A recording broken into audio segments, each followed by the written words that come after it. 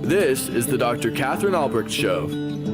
Raise a signal flag on a bare hilltop.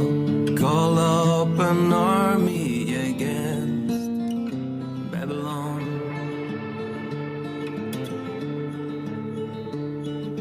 Raise a signal flag on a bare hilltop.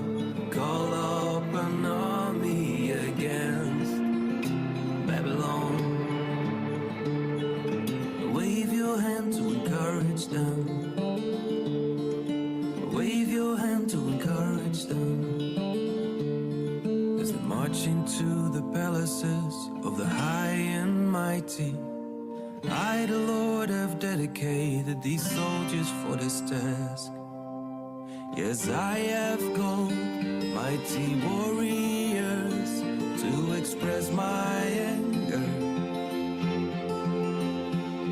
Yes, I have called mighty warriors to express my anger. And they will rejoice when I am exalted. Hello, good afternoon.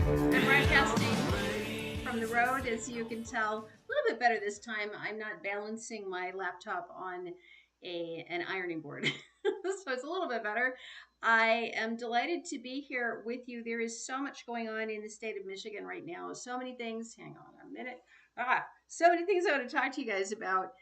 I just got off a call today with our local. All right, well, let me back up.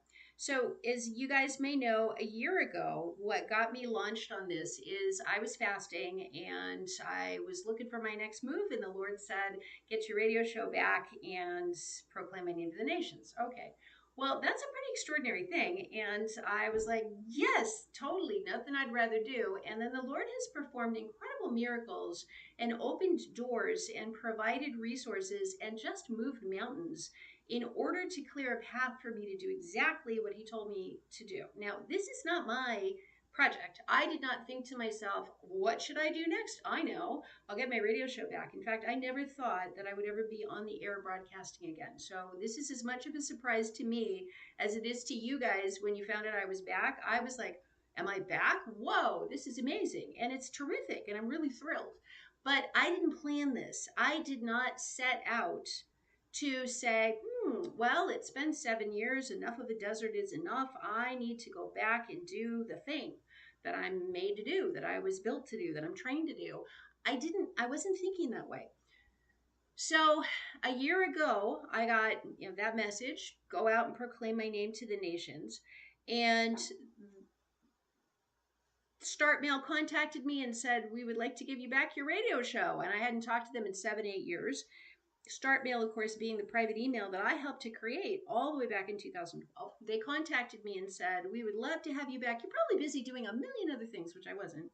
We would love to have you back. Can you start your radio show back up again? We will fund it. And we would like to give you a salary too. And I was like, blow me away. So the Lord did that just a couple days after telling me, get your radio show back. All right. The next thing that happened is I'm like, yeah, radio show. And then I'm like, what am I going to talk about? Because if you used to listen to me back in the day, from 2002 up until, I guess, 2017-ish, when I kind of vanished, 2016, in that range of time, I was working on RFID, radio frequency spy chips. And I was also talking about the mark of the beast. I authored my children's book, I Won't Take the Mark. I was doing all of those sorts of things, and I was a privacy expert. So now here I am after a 7-year desert. I've been off the air. I have been doing other things for 7 years, just trying to get through my difficult desert that I was in. Hang on, I'm going to bring a little window up here. All right, it's working. Okay, so the next question was, well, if RFID is no longer an issue, because it isn't, what am I going to do my show about? And people who know my story know exactly what happened next. Is I got a phone call from my church saying, can you turn out to the town hall because someone wants to build a data center right next door to the church. Now, I live in a very small, very rural community that is not the kind of place you would put a big industrial data center. I didn't even know what a data center was. I knew none of this. So I go to the meeting, the town hall meeting, and sure enough, the Lord has me standing up like all the other people in the room, giving my testimony, speaking out against this thing. I'm on my phone, I'm like trying to learn about it.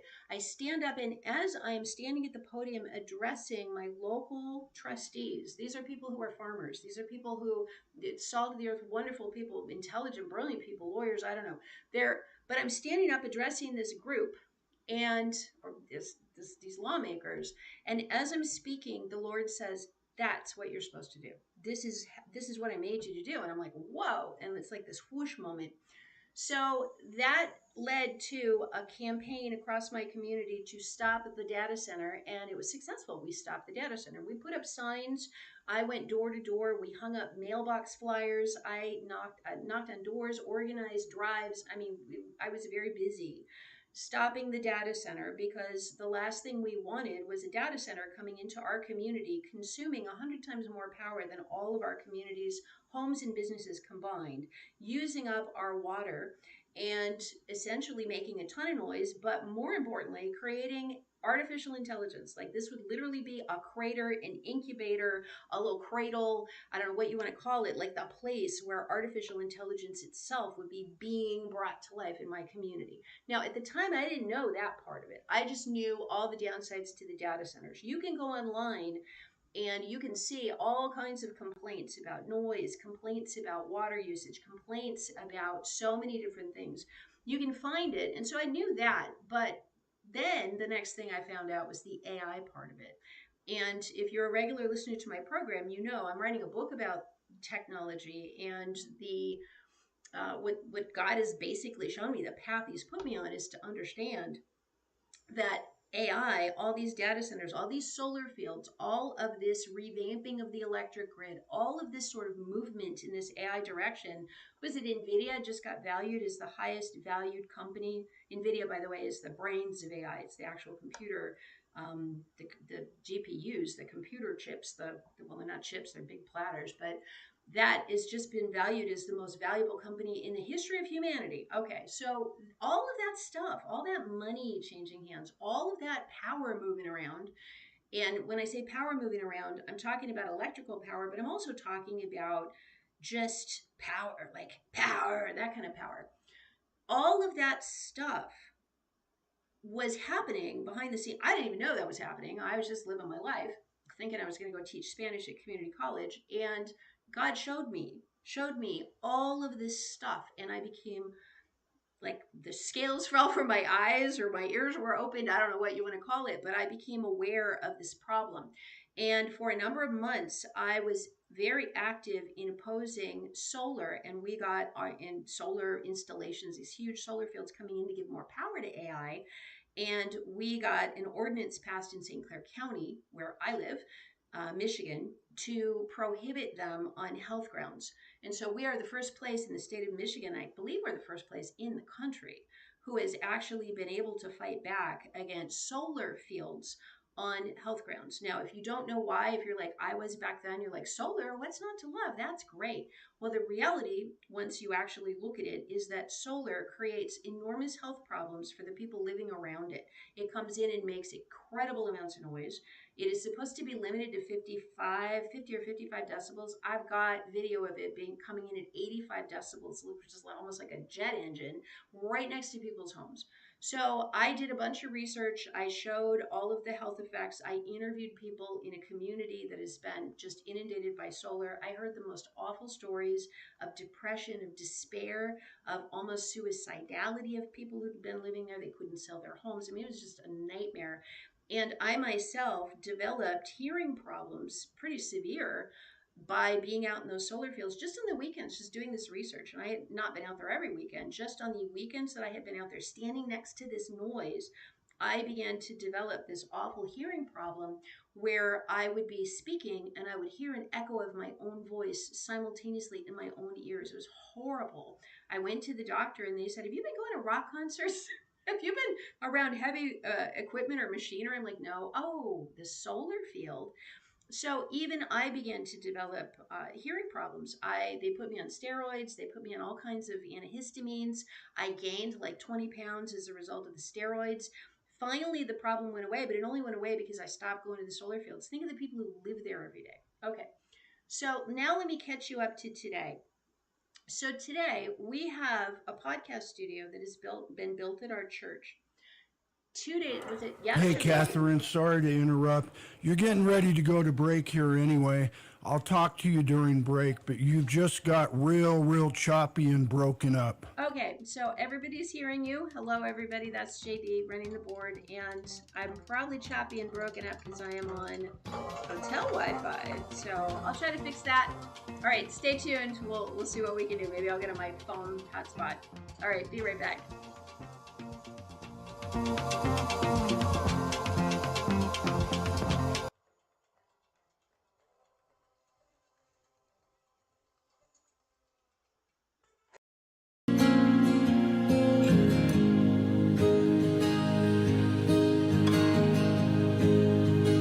Look at the birds.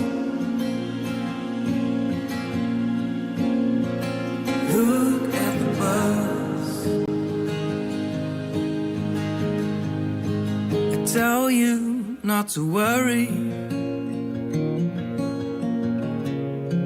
about everyday life. I tell you not to worry about everyday life.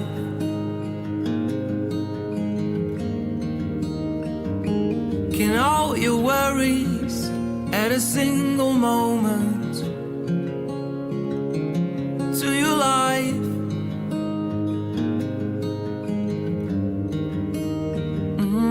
Look at the birds. Look at the birds. Look at the birds. Look at the birds.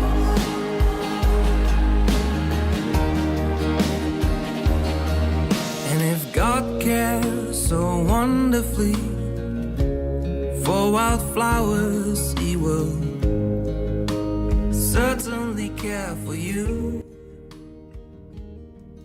And if God cares so wonderfully for wildflowers, He will certainly care for you.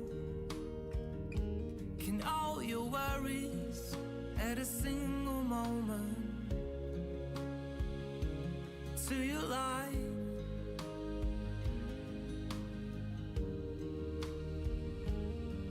So don't worry about tomorrow, for tomorrow will bring its own worries.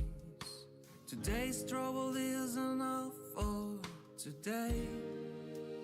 Yeah, look at the birds. Look at the birds. Put into practice all you've learned, and the God of peace will be with you. Then you don't gotta worry about a thing.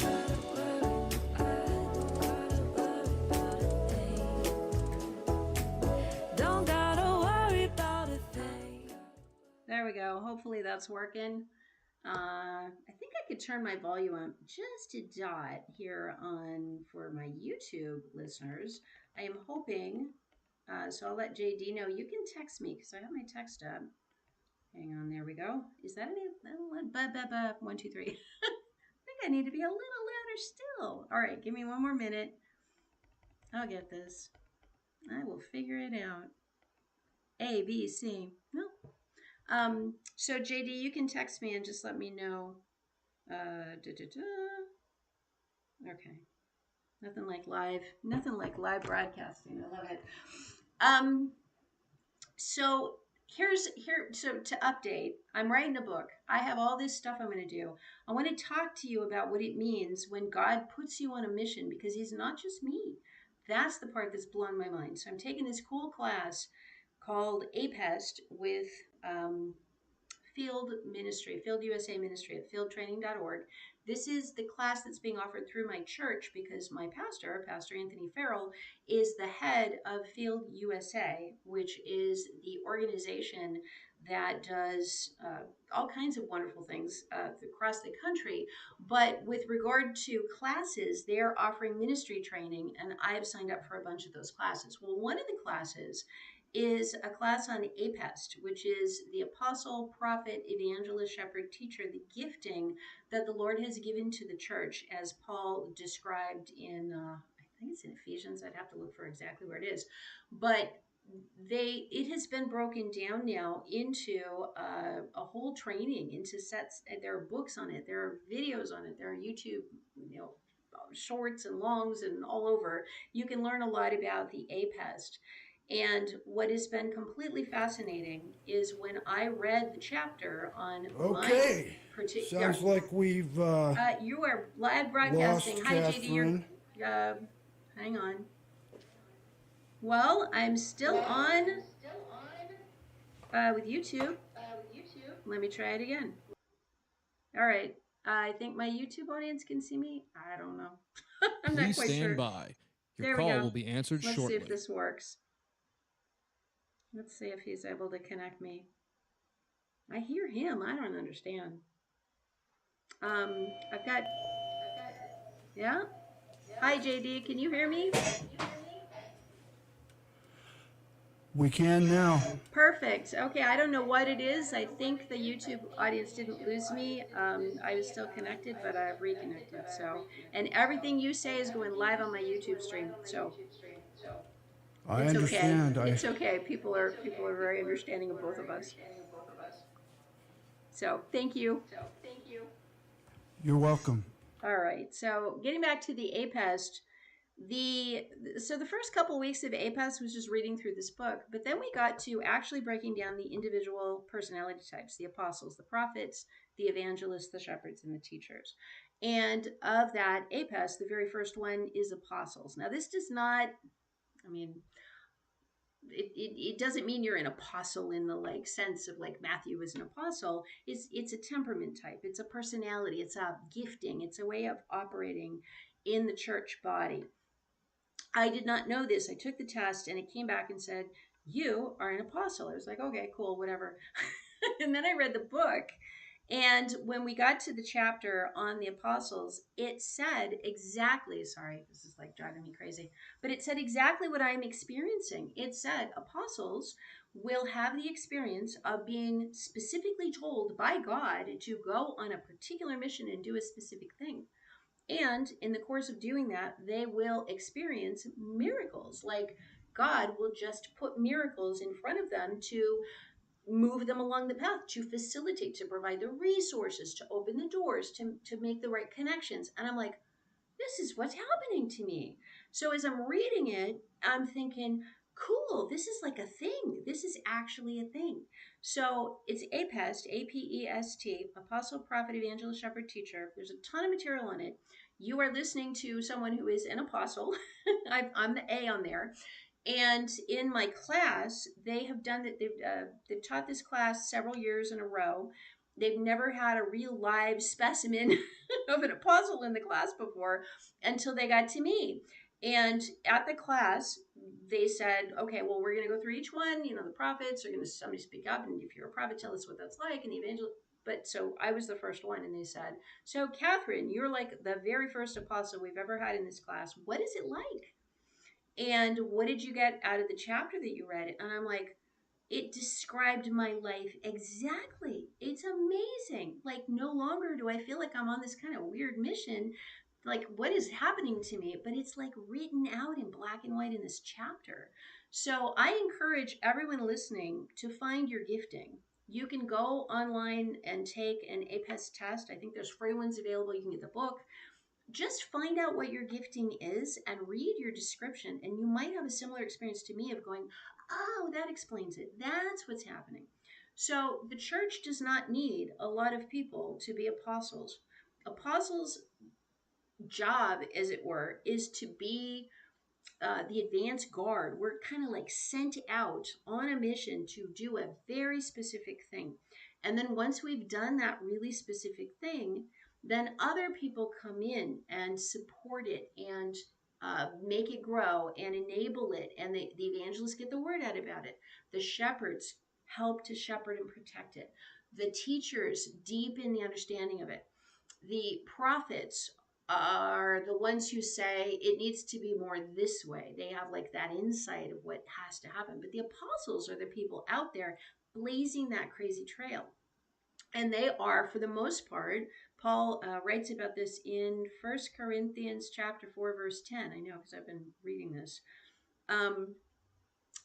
Paul talks about what it's like to be an apostle because Paul obviously wrote the most of the New Testament, right? How could he have done that? And I've asked myself this question: how could Paul have written most of the New Testament and not become so incredibly like, I am Paul, you bow before me because I'm Paul?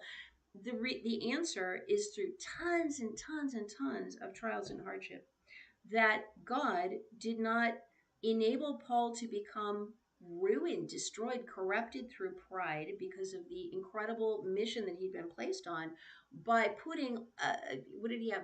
The thorn that repeatedly, he prayed to get rid of it, and God said, "No, my strength is I'm made perfect in your weakness."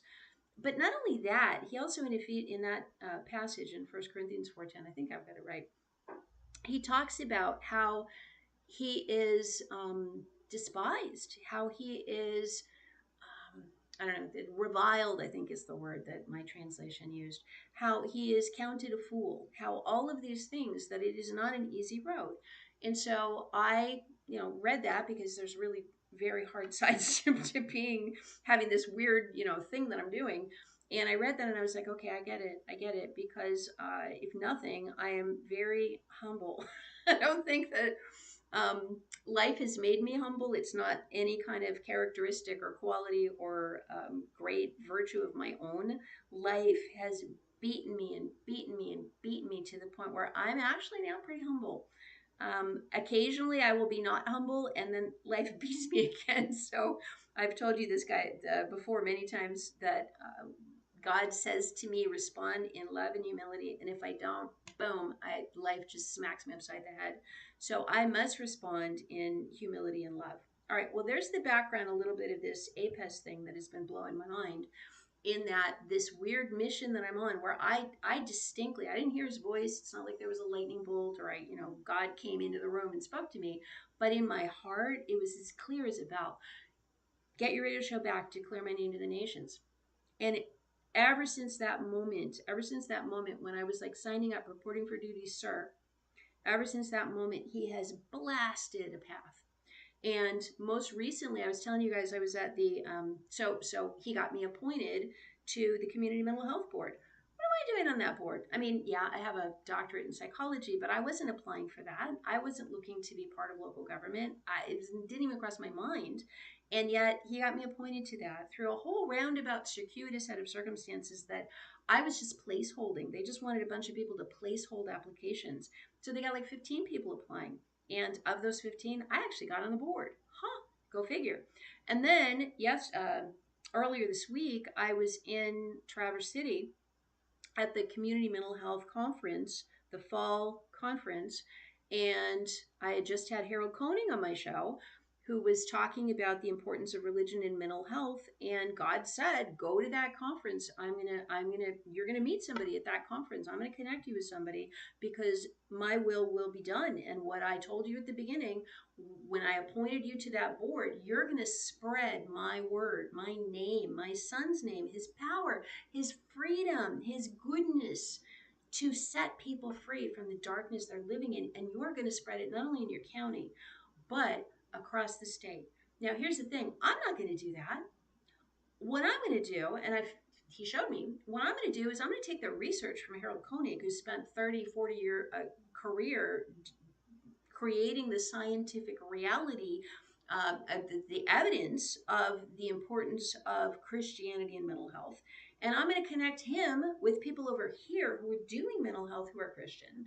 And I'm going to come alongside and kind of be the catalyst. I don't know, the apostle catalyst to launch that thing. And I'm probably going to move on and do something else. So it's not me. This is the cool thing. And I want to encourage you. This is what it means to work for God. This is what he is doing in this time. He is doing this. He is taking the Harold Koenig's researchers. He is taking the Katherine Albrecht apostle, whatever the heck I am. He is taking the people who are publicly speaking his name at national mental health conferences, and he's putting them all together. It's so great. And you can be part of it too. You can. All you have to do, get right with him and say, here I am, reporting for duty, use me, and he will. All right, Katherine Albrecht, I'll be right back.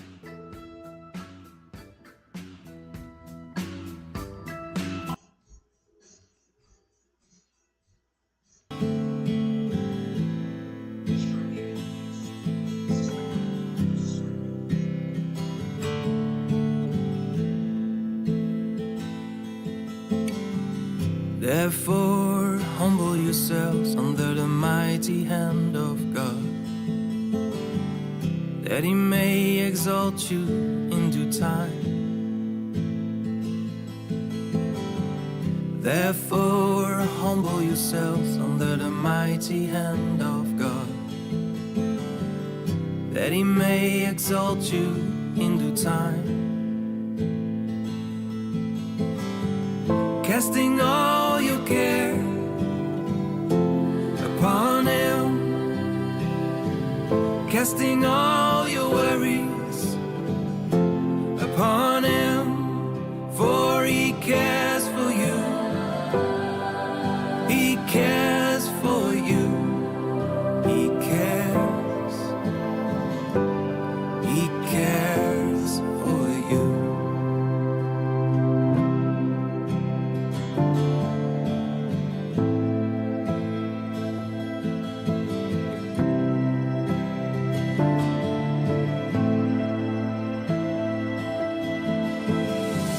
Stay alert, watch out for your great enemy.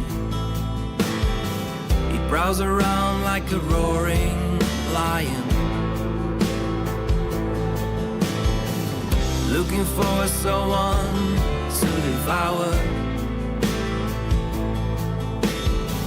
Stand firm against him and be strong in your faith, casting all your worries upon him, casting all your care upon him, for he cares for you. He cares for you. He cares. He cares for you. Oh.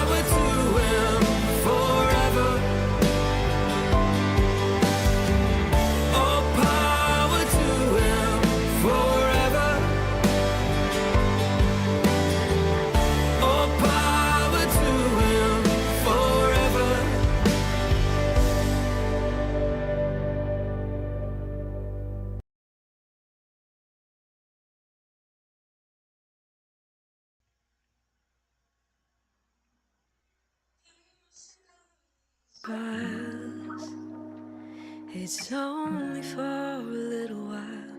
It's only testing by the fire, born into a living hope,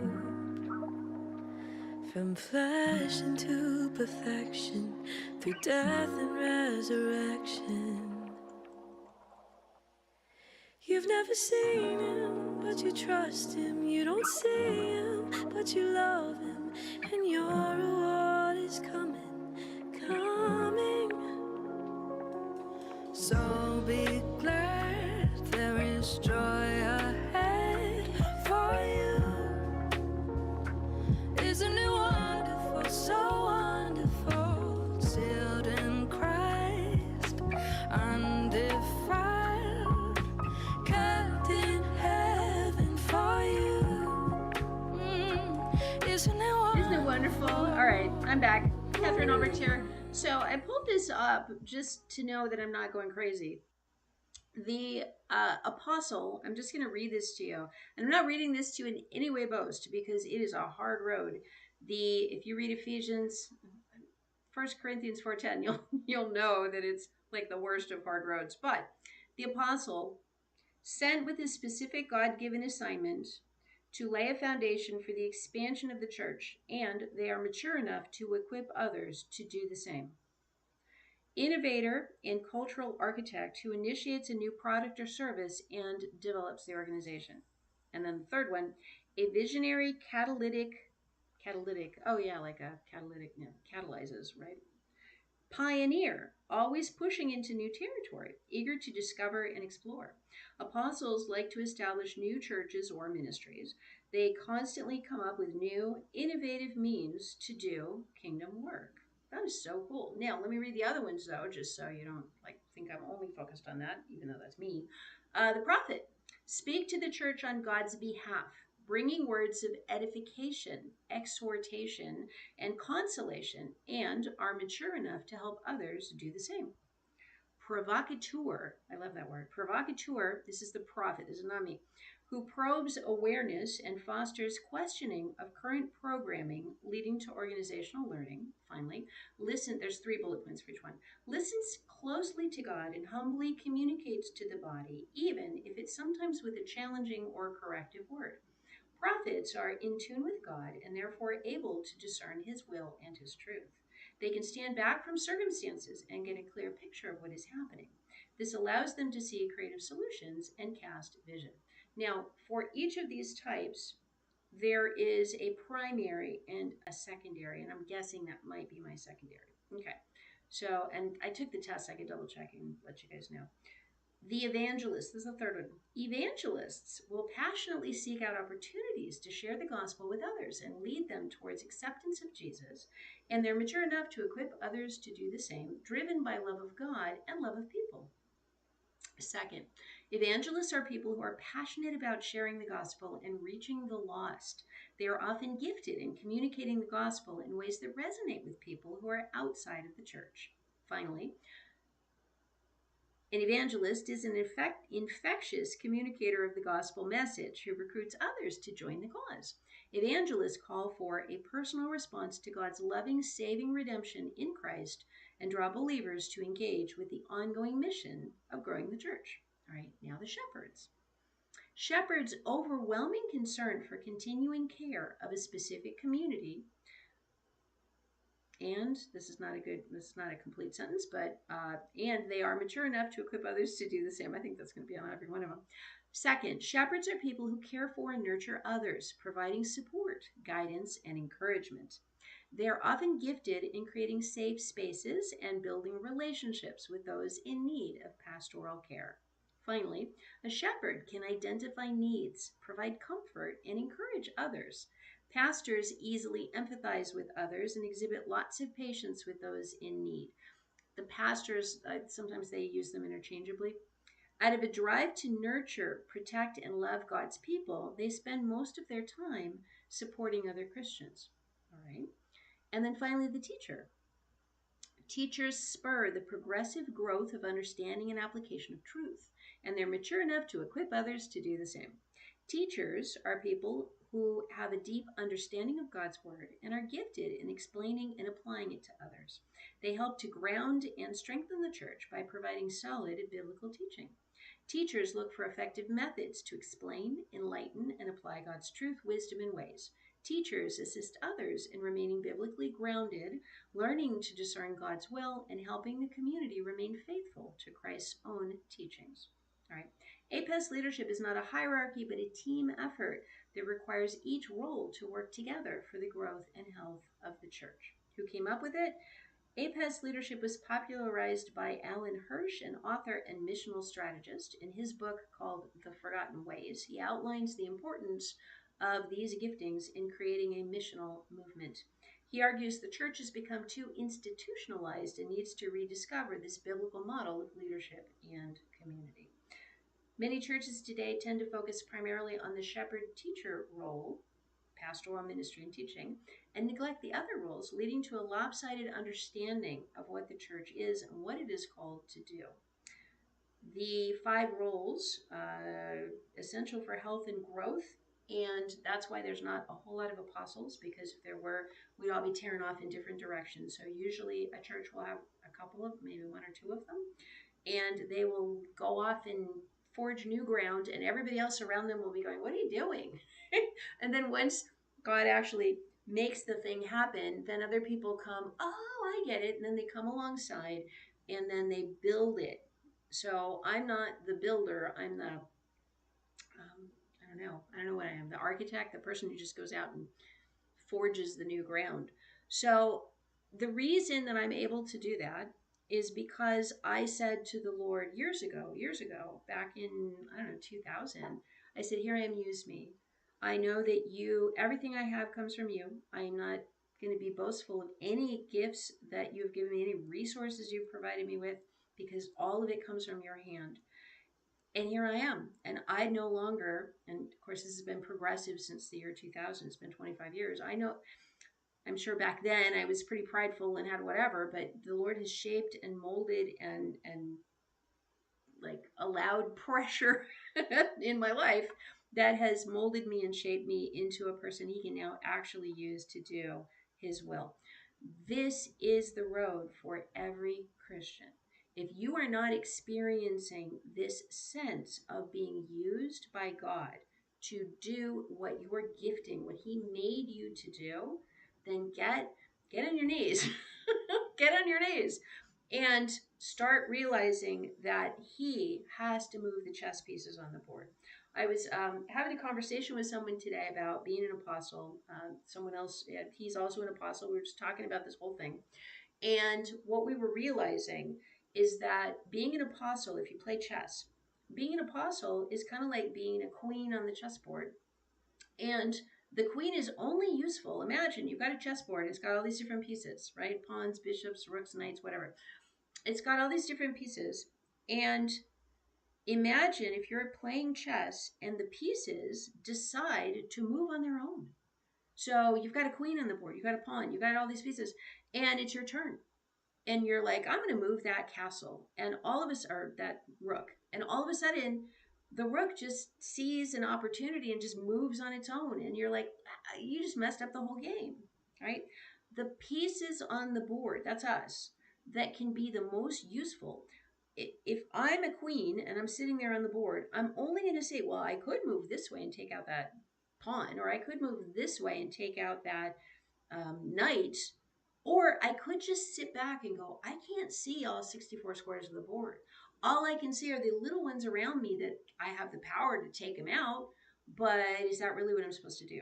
So you do not want a queen on the chessboard who is using that piece's power. You don't want a rook, you don't want a pawn who's just using their power on their own, moving around on the chessboard without the master chess player being able to move them. Because only the person playing the chess is able to see the long game, able to see where everything's moving and the strategy to get there. So our job as chess pieces on this board is to sit tight and go, I'm not budging until you move me. I'm not budging till you move me. And there is such a thing as even sacrificing your queen on a chessboard. Well, that's biblical. Yea, though thou slay me, I will trust in thee. If the Lord told me to move in a certain place on a chessboard and it was going to be, moving into something that would sacrifice me, I mean, that's kind of extreme, but my job would be to say, okay, because I trust you, because you're in charge, because you know the long game. And if you've ever played chess, you know that you protect your pieces pretty well. You do not just put them in harm's way randomly. If the pieces move on their own, though, they're going to be in harm's way left and right. So God has equipped each of us with our gifting, with our strength, with our ability to move in certain ways on that chessboard. And if we try to do that on our own, if we look around and go, what should I do today? Well, let's see, I could move this way. Oh, I think I'll just go over there. And then you go over there and boom, something awful happens. And now God's got to recalibrate the game. So what we need to do to be effective members of the Lord's body is just sit tight and trust that he will let you know where you need to go. It's a cool process and it's real. It's real. When we are prideful, when we want to take control ourselves of our own lives, it doesn't work out because we can kind of try to survive on that chessboard, but wouldn't it be smarter? Isn't it better to let the grandmaster who created chess, created all of us, and is playing like 10-dimensional, multi-dimensional chess through all the ages with 6 billion different people? That's who I want being in charge. I do not want to be a chess piece going, let's see, where should I go in my little limited 2D vision of like these 4 squares? No. So anyway, I'll be right back.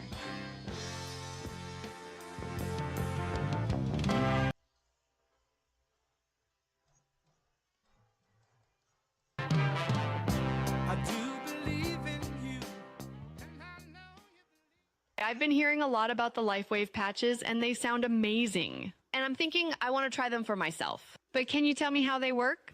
You wear the patch, which is about the size of a quarter, 12 hours a day. 12 on, 12 off. And the patch uses your body's own light and energy and copper peptides to reactivate the dormant stem cells in your body. Once a stem cell has been reactivated, it can be used by any of the cells in your body that need it, creating a healing and growth process you haven't experienced since your youth. So in a nutshell, this is how the LifeWave X39 patch works. You can purchase the LifeWave patches by going to americasfreedomnetwork.com. Then click on the Natural Health Products button at the top of the page. That's americasfreedomnetwork.com. Look, this product works, and you've got nothing to lose because there's a 100% money-back guarantee. That's americasfreedomnetwork.com. Thank you. Just like you can get used to feeling bad, you can get used to feeling good again when you use the LifeWave X39 patch. This is not something you take or swallow or inject. This patented LifeWave patch technology uses your body's own light energy to repair telomere ends and reactivate dormant stem cells to heal all the cells in your body so you can heal like you did during your youth. Go to 1360khnc.com and click on the Natural Health Products button. 1360khnc.com. Let me give you some great advice. If you're not listening to Swamp Fight, then, I don't know. Turn on your radio, Tuesdays and Thursdays at 4 p.m. right here on AM 1360. Want to comment on today's subject? You can. Call or text Katherine right now at 877-536-1360. That's 877-536-1360.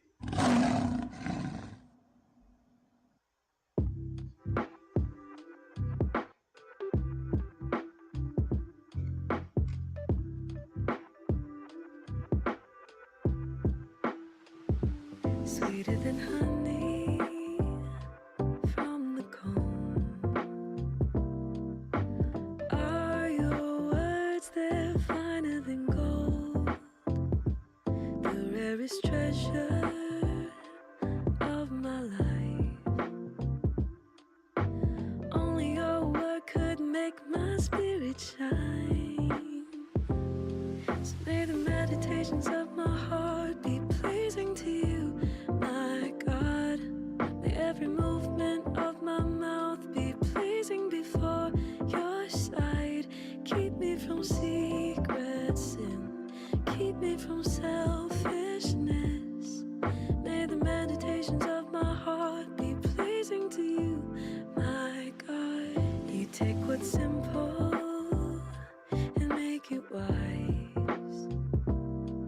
Your teachings are my revelation light. You are so good to forgive my hidden flaws. I know I need you to keep on cleansing me, my God. So may the meditations of my heart be pleasing to you, my God.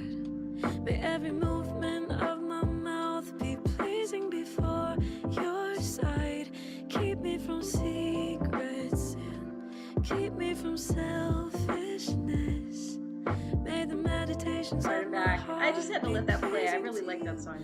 to I love the lyrics there.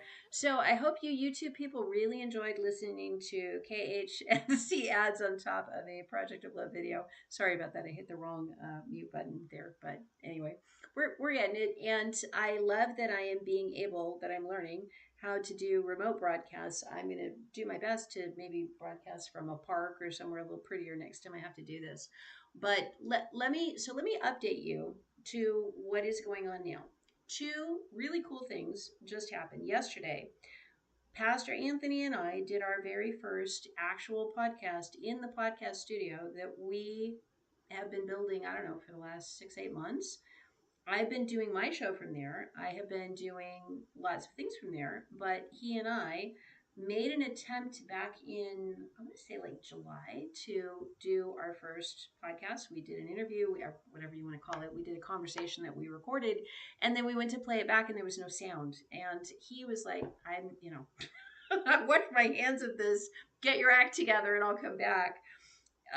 It's taken this long for both of us to circle back and do it again, but now we've done it and it turned out beautifully.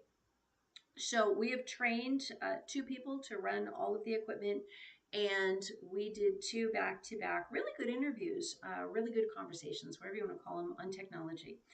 He wants to, those who are on the phone, I don't know, I was taking him in my own direction and he kept steering me back because you know how I can be.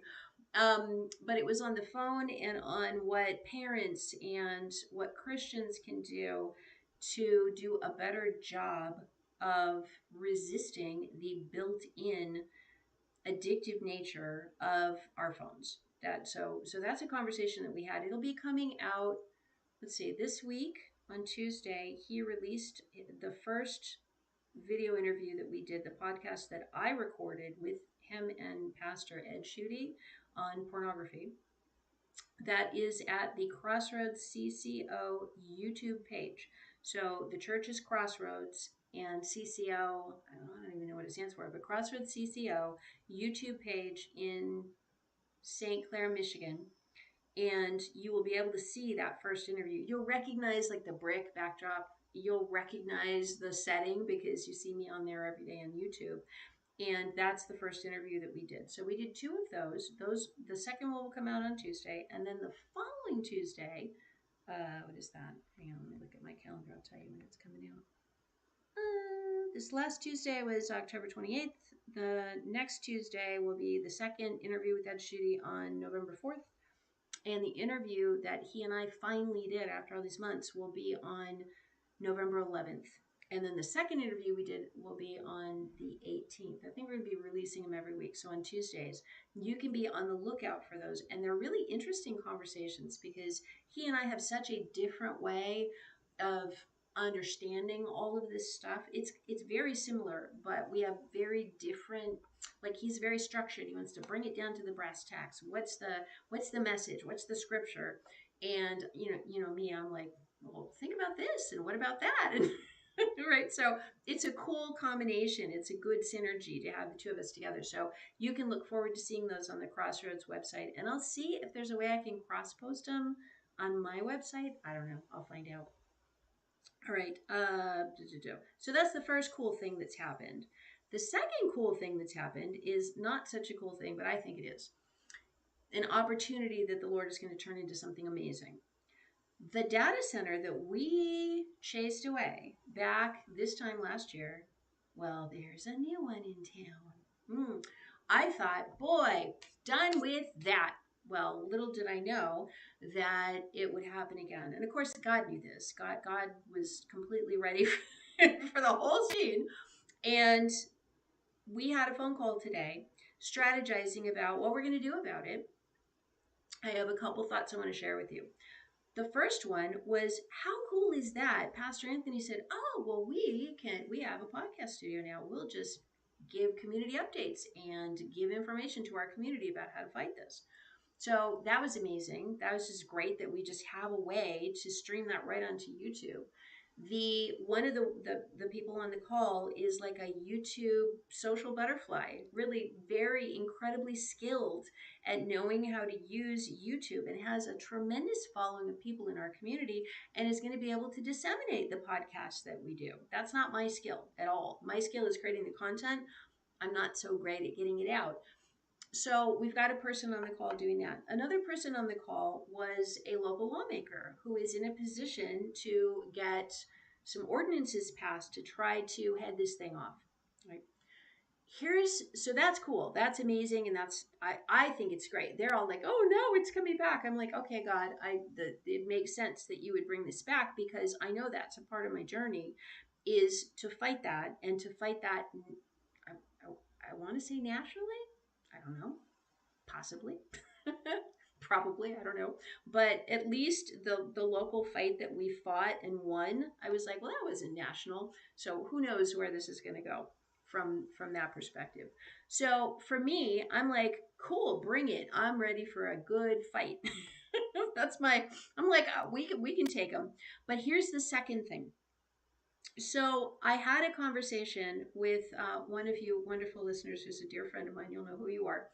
And on that conversation, we mentioned a particular concept that is not a thing we've ever discussed before, not a thing people usually discuss. And shortly thereafter, my friend got a bunch of ads about that very topic popping up. Okay. So wake up call. We've all had this happen, haven't we? You're on the phone, right? You're talking to somebody, or even in person. My gosh, you're in your bedroom talking to somebody. Not that I have anybody to talk to in my bedroom, but you know what I mean? You're having a conversation in the privacy of your own home, and the next day there's ads popping up for it. I'm like, where is this coming from? So if anybody out there listening happens to know, is there a terms of service on our phone carriers? Is there terms of service on our devices? Is there terms of service on Siri or Alexa, or I don't know, like, where are they getting this? My friend does not have Alexa. My friend does not have anything but just a phone. I have just a phone. And yet somehow these things are popping up. Okay, so that's my first realization. My second one is I'm on this call right before, it was at 2:00 and the show is at 4. So I'm on a 2:00 call, and I'm talking to the local lawmaker. We're talking about the data center coming in. I'm talking to the person who is the YouTube, or the expert in our community for getting the word out on YouTube. And why am I spacing? And Pastor Anthony, duh. All right, so the four of us are on this call, and we're talking on our phones, and we're strategizing. And I say, because I'm the planner, I'm always thinking, what's the campaign? What's the protest? What are we going to do? And so they're talking about all the details and the legal aspects. And I go, you know what? We need a game plan. We need to have a plan. So if they do this, we do that. If they do this other thing, we're already ready for them. We're going to do this. And then I went, oh, what if they're hearing this? And then I went, hang on. That's the whole thing about AI. That's the whole reason for StartMail. That's the whole reason that StartMail is the Lord is going to build it into phone apps and file sharing and stuff that is encrypted that AI can't hear. Wow, mind blowing. And so in the middle of the call, I'm thinking to myself, what if AI was hearing all of it? What if we were strategizing against AI itself? And what if it were hearing this? If it does this, then this is how we'll respond. Well, I talked yesterday's show, loose lips sink ships. Say that 100 times fast. All right, loose lips sink ships. I have to say that slow. That was a World War II slogan that said, be careful what you talk about in public around, you're in a coffee shop talking about the strategy of what your submarine captain's going to do or whatever. That's really dumb. Be careful what you say. Here's the problem. Loose lips sink ships is a really good slogan when you're out in public, but what if you're in the privacy of your own home, sitting in front of your own phone? What if you are on the phone talking to somebody else? Loose lips. All right, so it is crucially important as we strategize that we have private means to do it through. Please go to startmail.com, get a StartMail account. Do it, because they've been funding all of this stuff I'm doing. We need to prove to them that we actually want this product. Go there, use my code, coupon code KMA, save, what is it, $20, I guess? Just do it, just go. And when it says, how did you hear? Go, Catherine told me. But do it, because they're the guys who are gonna build the whole big thing if we can prove we want it. All right, there you go. So, all right, I'll see you guys tomorrow. I'll probably be on the road again still, so see you then. Thanks for listening, and it's an exciting road. Isn't it great? God is good. See you tomorrow.